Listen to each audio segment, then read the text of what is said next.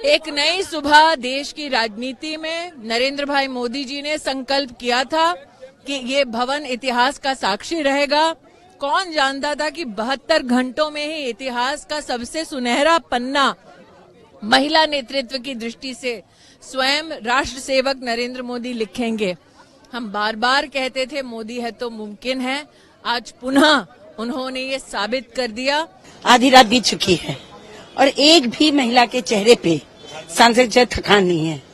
इतनी प्रफुल्लता, इतनी प्रसन्नता है और वास्तव में यही पूरे देश के करोड़ों महिलाओं के हृदय में है जो मोदी जी ने किया। ऐसे समय पे बुलाए हैं इसको जब महिला आंदोलन ने सोचने लगा था कि अब ये कभी नहीं होगा। तो आदरणीय मोदी जी को बहुत बहुत बधाई। क्रांतिकारी है और ये जो हमको मिला है आरक्षण, ये वास्तव में गेम चेंजर है और पूरे मैं तो ये कहूंगी महिला की ओर से कि महिलाओं के लिए दूसरी आजादी है। 1947 में हुई और अब हुई।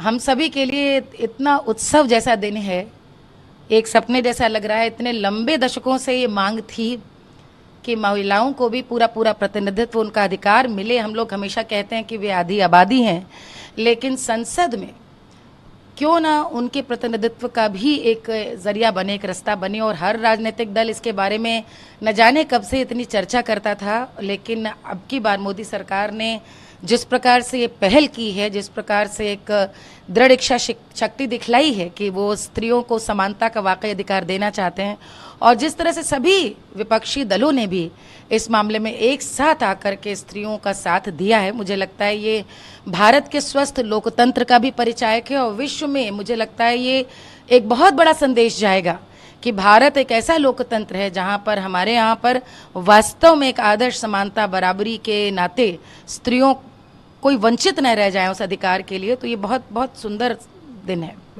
देखिए, जब आरक्षण की स्थिति नहीं थी तब भी महिलाओं की अच्छी स्थिति राजनीति में रही है। अभी की बात यदि करें तो 78 महिला सांसदें इस समय हमारे संसद में हैं और ये बिना किसी रिजर्वेशन के पहुंची हैं। लेकिन मैं आपको बता सकती हूँ कि कोई भी ऐसी स्त्री जिसने अपना मुकाम बनाया होगा, बड़ी मेहनत, बड़े परिश्रम और पुरुषों की दुनिया में एक अपनी परिश्रम और संघर्ष के बाद अपनी जगह बनाई है। Modi ji, whatever he has done, everything is with proper good intention only he has done. No other prime minister has ever done such things. So when he is doing something, the Vipaksh people or all the time opposition keeps on saying something or the other. It is their job to do it, so we don't bother about it. So do you think that this bill can change that? Definitely, in few years, just see what all is going to happen. All women are going to participate in the